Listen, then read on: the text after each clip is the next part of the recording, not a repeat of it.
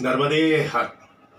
आपने मेरे सारे वीडियो शायद देखे होंगे और उस वीडियो के अंदर नीचे में मेरा नंबर भी लिखा हुआ है।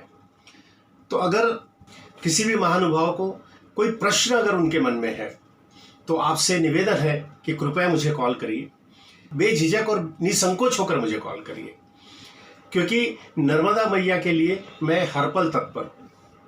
और अगर आपको ये वीडियो पसंद आते हैं तो आपसे निवेदन है कि कृपया इसे सब्सक्राइब करें, कमेंट करिए, शेयर करिए और लाइक करिए। नर्मदे हर। विमलेश्वर नर्मदा परिक्रमा के दक्षिण तट का अंतिम छोर विमलेश्वर। बहुत ही सुंदर गांव, एक छोटा सा गांव, और यहीं से हमें रत्न सागर पार करना होता है। विमलेश्वर से बेटी तलाई जाने के लिए यहाँ से बोट मिलती है, उस बोट से हमें पार करना होता है। आज का पूरा दिन हमारे पास खाली है क्योंकि आज नाव नहीं चलने वाली है। तो सोचा क्यों न कठपोर, हनुमान टेकड़ी और प्रवीण भाई पटेल का खेत, इन सब देखा है। ये जो कंस्ट्रक्शन चल रहा है, इस कंस्ट्रक्शन की स्थली पर एक सुंदर धर्मशाला का निर्माण हो रहा है। बहुत बड़ी धर्मशाला बन रही है। परिक्रमा वासियों के निवास की व्यवस्था यहाँ हो रही है और इसी प्रांगण में यह एक सुंदर शिवालय का निर्माण कार्य चल रहा है, जो आपने पहले वीडियो में देखा है। तो इस मंदिर के प्रांगण में कल हम रात में आए थे।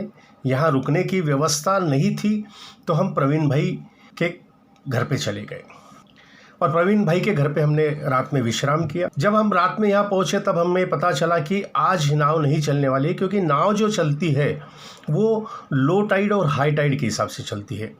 अगर समंदर में हाई टाइड होगा तभी नाव चलेगी, और आज हाई टाइड नहीं है, इसलिए हमें एक दिन एक्स्ट्रा विमलेश्वर में रुकना पड़ा। अब विमलेश्वर में हम रुके हैं तो प्रवीण भाई ने कहा कि चलिए मैं आपको अपना खेत बताता हूँ, और हम उनके खेत की ओर बढ़ चले। बहुत सुंदर गांव है और बहुत सुंदर एरिया है।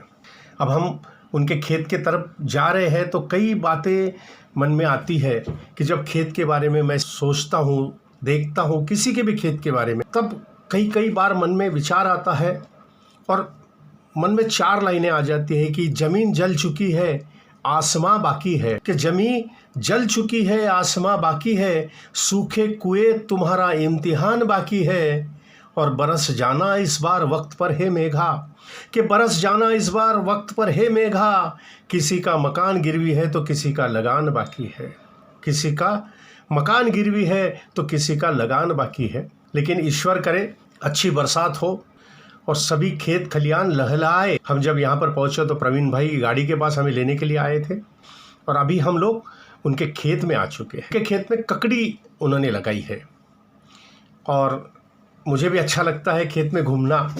तो मैंने देखा कि ककड़ी की जो बेल है वो नीचे गिर चुकी थी, तो मैं अपने हाथों से थोड़ा सा उनको ठीक किया। तो प्रवीण भाई भी कहने लगे कि अरे वाह, आपको तो अच्छा लग रहा है खेत में काम करना। तो बोला जी प्रवीण भाई।